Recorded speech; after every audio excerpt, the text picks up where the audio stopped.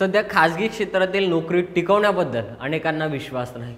त्यामुळे चांगला पगार आणि सुरक्षित नोकरीसाठी तरुण सरकारी नोकरीच्या शोधात असतात। पण सरकारी नोकऱ्यांसाठी तुम्हाला स्पर्धा परीक्षांची तयारी करावी लागते, खूप मेहनत घ्यावी लागते। नमस्कार, मी रामेश्वर जामगे, राजमुद्रा न्यूज लाईव्ह मध्ये आपलं मनपूर्वक स्वागत करतो।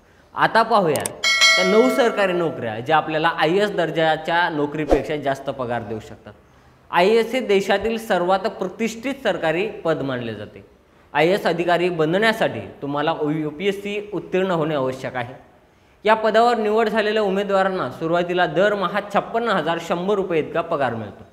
त्यानंतर साधारणतः 8 वर्षांमध्ये हा पगार 1,31,249 रुपयापर्यंत वाढू शकतो।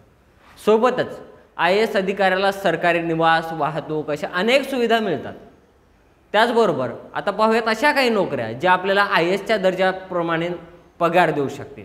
त्यातली पहिली आहे भारतीय रिझर्व्ह बँकेच्या माध्यमातून ग्रेड B अधिकाऱ्याची भरती केली जाते। या पदावर निवड झालेल्यांना दरमहा बेसिक पगार 55,200 रुपये मिळतो। त्यामुळे संपूर्ण वेतनासह आकडा दरमहा 1,08,404 रुपये इतका जातो। त्यानंतर आहे राष्ट्रीय संरक्षण अकादमी आणि नौदल अकादमीमध्ये नोकरी करणाऱ्या उमेदवारांना दरमहा 56,100 इतका पगार मिळतो। त्यांना विविध भत्ते देखील बसतात। त्यानंतरची पुढची नोकरी आहे इस्रो आणि DRDO मध्ये इंजिनिअरिंग पदे।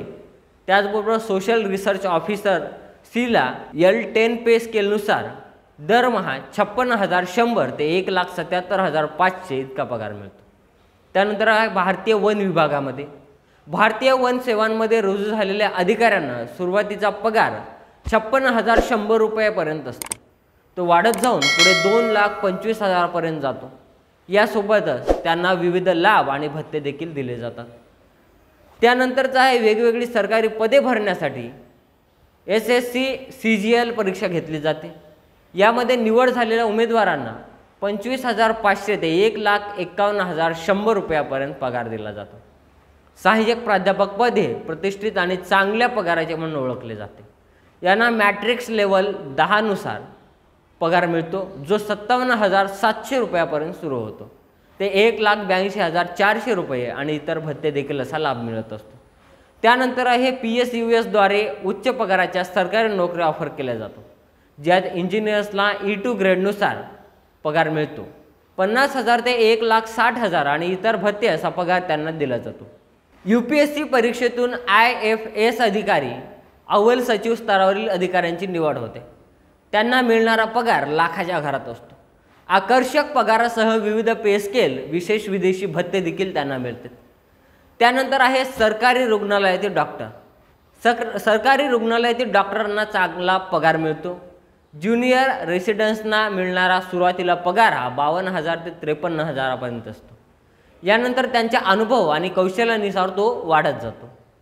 या होत्या काही सरकारी नोकरीतील संधी ज्या आपल्याला अधिक पगार देऊ शकतील। तुम्हाला आजचा व्हिडिओ कसा वाटला हे आम्हाला कमेंट करून सांगा आणि असेच नवनवीन व्हिडिओ पाहण्यासाठी राजमुद्रा न्यूज लाईव्हला सबस्क्राईब करा। मनोरंजनाचं प्रबोधन, करमणुकीचं उद्बोधन, बातमी अचूक, माहिती बिनचूक पाहत रहा राजमुद्रा न्यूज लाईव्ह।